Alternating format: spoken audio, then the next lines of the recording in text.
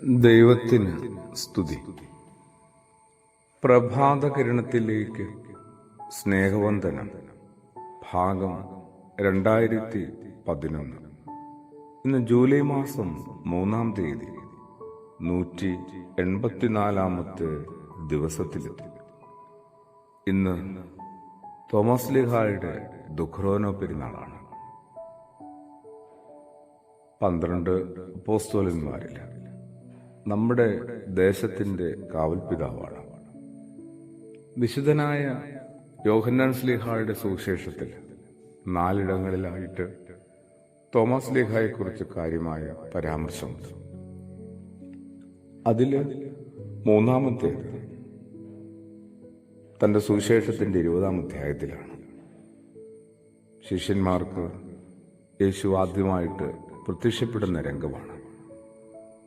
ആ കൂട്ടത്തിൽ അപ്പോൾ തോമസ് ലീഹ ഇല്ലായിരുന്നു.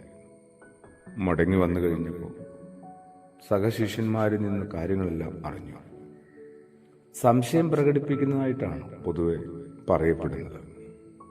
അവന്റെ കൈകളിൽ ആണിപ്പഴുതുകൾ കാണുകയും വിരലുകൊണ്ട് തൊട്ടു നോക്കുകയും പാർശ്വത്തിലെ മുറിവിൽ കൈവയ്ക്കുകയും ചെയ്താൽ മാത്രമേ ഞാൻ വിശ്വസിക്കൂ. അങ്ങനെ ശഠിക്കുന്ന തോമസ് ലീഹ പിന്നീട് അന്നു മുതൽ ഇന്നുവരെയും നമ്മളെപ്പോലുള്ള ഓരോരുത്തരുടെയും പഴി കേൾക്കുന്നുണ്ട്. അല്പവിശ്വാസി. എന്തായാലും 8 ദിവസങ്ങൾക്ക് ശേഷം ആ ശിഷ്യ സമൂഹത്തിന്റെ മധ്യത്തിലേക്ക് വീണ്ടും വന്ന് പ്രത്യക്ഷപ്പെട്ട നമ്മുടെ കർത്താവ് തോമസ് ലീഹായെ അങ്ങനെ ശകാരിക്കുന്നില്ല, പരിഹസിക്കുന്നില്ല, ചെറുതാക്കുന്നുമില്ല, അവഗണിക്കുന്നുമില്ല.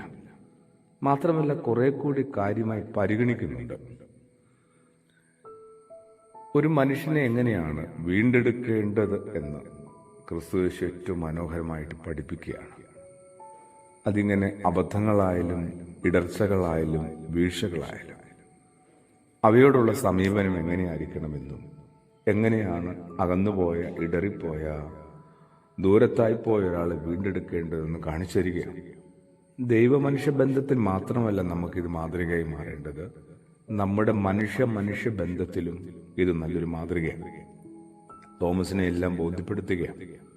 തോമസിന്റെ ഒരു ഏറ്റുപറച്ചിലില്ലേ, എന്റെ കർത്താവ്, എന്റെ ദൈവവുമേ. അത് കഴിഞ്ഞു അതിനുശേഷം യേശു പറഞ്ഞൊരു മറുപടിയുണ്ട്. 29-ാമത്തെ തിരുവചനം അതാണ്: നീ എന്നെ കണ്ടതുകൊണ്ടാണ് വിശ്വസിച്ചത്, കാണാതെ വിശ്വസിക്കുന്നവർ ഭാഗ്യവാന്മാർ. അതെന്താണെന്നറിയാവോ? ഈ അപ്പോസ്തല സമൂഹത്തിനും സംഘത്തിനും വളരെ വലിയ ചില പ്രിവിലേജസുകളുണ്ടായിരുന്നു. എന്താണ്? ക്രിസ്തുവിനെ നേരിട്ട് കണ്ടും തൊട്ടും കേട്ടും ബോധ്യപ്പെട്ടവരാണ്. അവരുടെ കാലം കഴിയും, അവരുടെ ശിഷ്യന്മാരുടെയും കാലം കഴിയും. ആ സമൂഹത്തിലെ ഓരോരുത്തരും കടന്നുപോകും. പിന്നീട് വരുന്ന ഓരോ തലമുറയും കണ്ടു വിശ്വസിക്കാനായിട്ട് നിന്നു കഴിഞ്ഞാൽ സാധിക്കുകയില്ല. കണ്ടു വിശ്വസിക്കാനായിട്ട് പിന്നെ അങ്ങനെ ഭൗതികമായ അർത്ഥത്തിലും രൂപത്തിലും ക്രിസ്തു ഇല്ല. കാണാതെ വിശ്വസിക്കാൻ പഠിക്കേണ്ടിയിരിക്കുന്നു. ആലോചിച്ച് നോക്കി, നമ്മുടെ ഈ തലമുറയെ നമ്മളങ്ങനെ കണ്ട് ബോധ്യപ്പെട്ട് വിശ്വസിച്ചവരല്ല, കാണാതെ വിശ്വസിക്കാനായിട്ട് നിർബന്ധിതരായവരാണ്, കാണാതെ വിശ്വസിക്കാനായിട്ട് പ്രാപ്തരാകേണ്ടവരാണ്. അങ്ങനെ നമ്മൾ നമ്മുടെ പ്രത്യാശയിൽ, വിശ്വാസത്തിൽ വളരേണ്ടതാണ്. തോമസ് ലീഹ കാരണമാണ് ക്രിസ്തു അങ്ങനെ ഒരു പാഠം നമുക്ക് പഠിപ്പിച്ചു തരുന്നത്. കാണാതെ വിശ്വസിക്കുന്നവർ കുറെ കൂടി ഭാഗ്യവാന്മാരാവുന്നൊരു കാലം വരും. കാരണം അവർക്ക് നേരിട്ട് കാണാനായിട്ടൊന്നും കിട്ടുന്നില്ല. ഭൗതികമായ സാന്നിധ്യമോ സജീവമായ ശരീരമോ ഒന്നുമില്ല. നമ്മളെ കൂടി ഉൾപ്പെടുത്തുകയാണ്. തോമസ് ലീഹ എത്രയോ വലിയ ഒരു പ്രകാശത്തിലേക്കാണ് നമ്മൾ ഓരോരുത്തരെയും ആനയിച്ചത്. പരിശുദ്ധ സുറിയാനി സഭ ഈ ദിവസം ദുഃഖ്രോനോ പെരുന്നാൾ കൊണ്ടാടുമ്പോൾ തോമസ് ലീഹയുടെ മധ്യസ്ഥയിൽ നമുക്ക് അഭയപ്പെടാം. കണ്ടും കാണാതെയും വിശ്വസിക്കാൻ പാകത്തിന് എൻ്റെ വിശ്വാസ ജീവിതത്തെ കുറെ കൂടി ശക്തിപ്പെടുത്തണമേ, പ്രകാശിപ്പിക്കണമേ. ആമേൻ.